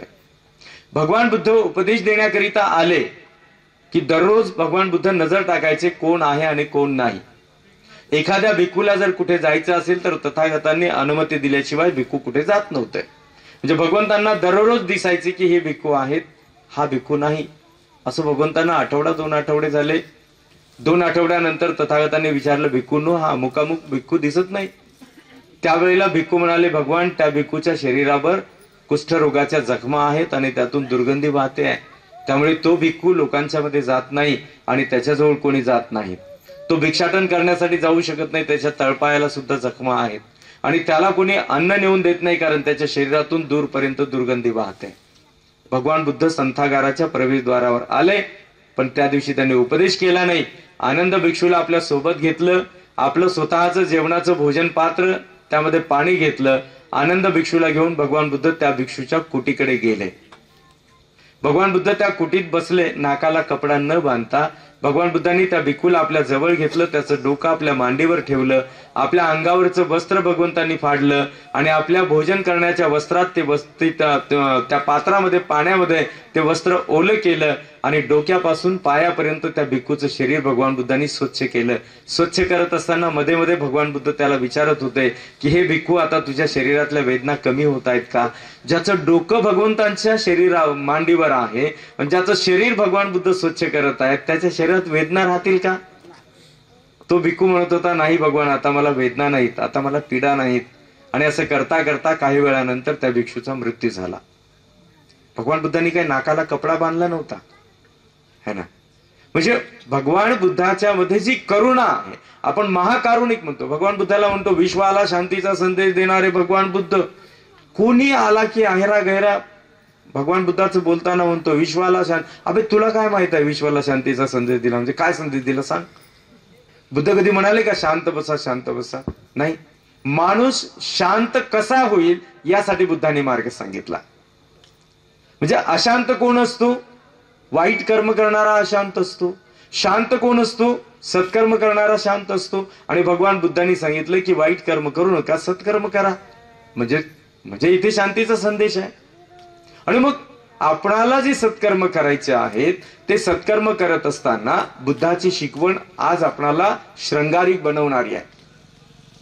जे बुद्धाची शिकवण अलंकाराप्रमाणे आहे, दागिन्याप्रमाणे आहे. एक एक दागिना जर अंगावर घेतला त्या संस्काराचा तर रोज रोज रोज वेगवेगळं सौंदर्य वाढत जातं. जसं कुणाला कानात एखादा दागिना टाकला की त्याला वेगळं सौंदर्य वाटतं, नाकात टाकला की वेगळं वाटतं, है ना, गळ्यात टाकला की वेगळं वाटतं, डोक्यात टाकला की वेगळं वाटतं. तसं बुद्धांनी सांगितलेले जे संस्कार आहेत, मला आधी बोलू द्यायला पाहिजे होतं, आता बसत नाही, मी संपेपर्यंत जाऊ देत नाही. मला पहिले बोलू द्यायला पाहिजे होतं, तुम्ही आधी कसे बोलले? बस जाऊ 5 मिनिटाचं. मला यायचं मुळाव्याला. नाही, मी येणार आहे मुळाव्याला सोबत. बसा बसा बसा. मी तुमच्या सोबतच येतो.